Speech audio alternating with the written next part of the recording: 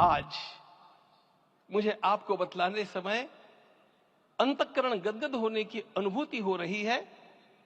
मैंने तो कहा था, हम लोगों ने महापुरुषों से परामर्श करके लिखा था, आपको केवल 3 दिन का उपवास करना है। आपने 11 दिन का संपूर्ण उपोषण किया। हमने 11 दिन एक भुक्त रहने के लिए कहा था, उन्होंने अन्न का ही त्याग कर दिया। ऐसा तपस्वी कोई राष्ट्रीय नेता प्राप्त होना यह सामान्य बात नहीं है। वे इन दिनों में हमने कहा था कि आपको विदेश प्रवास नहीं करना चाहिए, क्योंकि सांसर्गिक दोष भी आते हैं। विदेश प्रवास टाल दिया सांसर्गिक देशों के इस दोषों की संभावना के कारण, लेकिन दिव्य देशों का प्रवास ऐसा किया। नासिक से आरंभ किया, गुरुवायूर गए, श्रीरंगम गए, रामेश्वरम गए।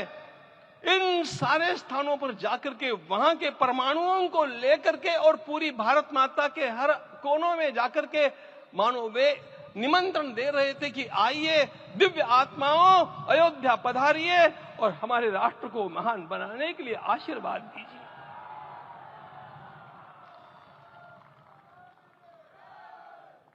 हमने केवल कहा था 3 दिनों तक आपको भूमि शयन करना चाहिए। 11 दिनों से आप भूमि शयन कर रहे हैं। भारत की संस्कृति का सबसे मूल शब्द है तप तप इति। हमारे पूज्य गुरुदेव के गुरुदेव परम गुरु कहा करते थे, कांची के परमाचार्य जी महाराज, तपश्चर। मैं जब भी उनसे मिलता था वे कहते थे तपश्चर। आज तप की कमी हो गई है और उस तप को हमने साकार आप में देखा। मुझे इस परंपरा को देखते हुए केवल एक राजा याद आता है जिसमें यह सब कुछ था, और उस राजा का नाम छत्रपति शिवाजी महाराज। छत्रपति शिवाजी महाराज। मित्रों, लोगों को पता नहीं है शायद, वे स्वयं जब मल्लिकार्जुन के दर्शन के लिए श्रीशैलम के ऊपर गए, 3 दिन का उपवास किया, 3 दिन शिव मंदिर में रहे और महाराज ने कहा कि मुझे राज्य नहीं करना है, मुझे संन्यास लेना है। मैं शिव जी की आराधना के लिए जन्मा हूं, मुझे संन्यास लेना है, मुझे वापस मत ले जाइए।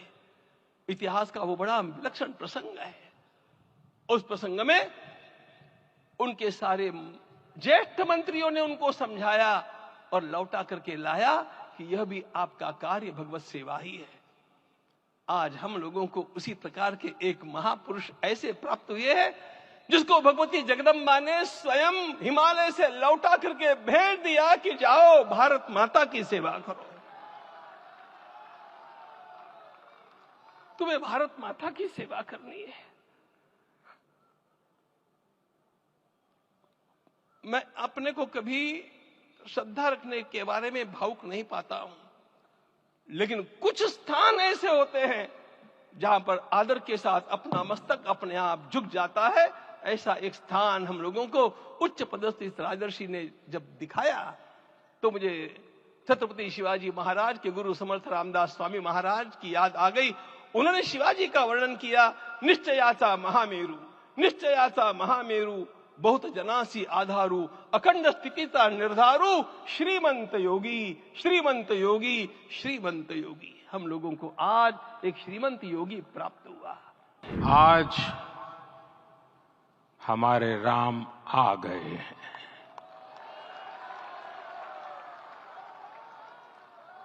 सदियों की प्रतीक्षा के बाद हमारे राम आ गए हैं। सदियों का अभूतपूर्व धैर्य, अनगिनत बलिदान, त्याग और तपस्या के बाद हमारे प्रभु राम आ गए हैं। हमारे रामलला अब टेंट में नहीं रहेंगे।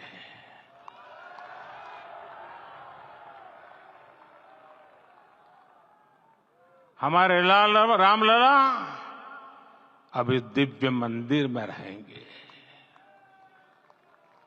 मेरा पक्का विश्वास है अपार श्रद्धा है कि जो घटित हुआ है इसकी अनुभूति देश के, विश्व के कोने कोने में राम भक्तों को हो रही होगी। ये मंदिर मात्र एक देव मंदिर नहीं है, ये भारत की दृष्टि का, भारत के दर्शन का, भारत के दिग्दर्शन का मंदिर है।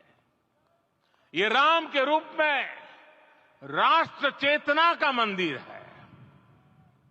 राम भारत की आस्था है, राम भारत का आधार है, राम भारत का विचार है, राम भारत का विधान है, राम भारत की चेतना है, राम भारत का चिंतन है, राम भारत की प्रतिष्ठा है, राम भारत का प्रताप है, राम प्रवाह है, राम प्रभाव है, राम नेति भी है, राम नीति भी है, राम नित्यता भी है, राम निरंतरता भी है, राम विभु है, विशद है, राम व्यापक है, विश्व है, विश्वात्मा है। और इसलिए जब राम की प्रतिष्ठा होती है तो उसका प्रभाव वर्षों या शताब्दियों तक ही नहीं होता, उसका प्रभाव हजारों वर्षों के लिए होता है। मैं आज प्रभु श्री राम से क्षमा याचना भी करता हूं। हमारे पुरुषार्थ, हमारे त्याग, तपस्या में कुछ तो कमी रह गई होगी कि हम इतनी सदियों तक ये कार्य कर नहीं पाए। आज वो कमी पूरी हुई है।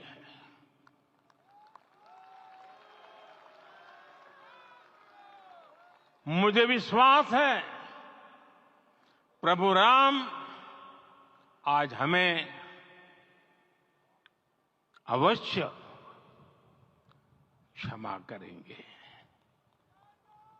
प्रभु रामलला के भव्य, दिव्य और नव्य धाम में विराजने की आप सभी को कोटि कोटि बधाई। 500 वर्षों के लंबे अंतराल के उपरांत आज के इस चिर प्रतीक्षित मौके पर अंतर मन में भावनाएं कुछ ऐसी हैं कि उन्हें व्यक्त करने के लिए शब्द नहीं मिल रहे हैं। मन भावुक है, भाव विभोर है, भाव विह्वल है। निश्चित रूप से आप सब भी ऐसा महसूस कर रहे होंगे। आज हर राम भक्त के हृदय में प्रसन्नता है, गर्व है और संतोष के भाव हैं। आखिर भारत को इसी दिन की तो प्रतीक्षा थी। भाव विभोर कर देने वाली इस दिन की प्रतीक्षा में लगभग 5 शताब्दी व्यतीत हो गई। दर्जनों पीढ़ियां अधूरी कामना लिए इस धराधाम से साकेत धाम में लीन हो गई। आज आत्मा प्रफुल्लित है इस बात से कि मंदिर वही बना है जहां बनाने का संकल्प लिया था।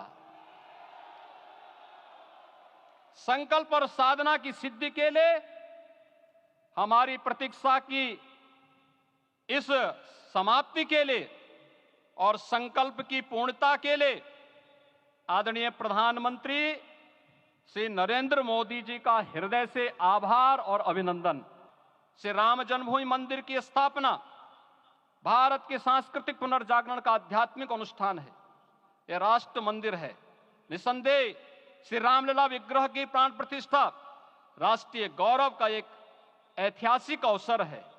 निश्चिंत रहिए, प्रभु राम की कृपा से अब कोई अयोध्या की परिक्रमा में बाधा नहीं बन पाएगा। अयोध्या की गलियों में अब गोलियों की गड़गड़ाहट नहीं होगी, कर्फ्यू नहीं लगेगा। अपितु यहां दीपोत्सव, रामोत्सव और यहां की गलियों में श्री राम नाम संकीर्तन से यहां की गलियां गुंजायमान होंगी, क्योंकि अवधपुरी का मैं रामलला का विराजना राम राज्य की स्थापना की उद्घोषणा भी है। राम राज्य बैठे त्रिलोका, हर्षित भये गए सब शोका।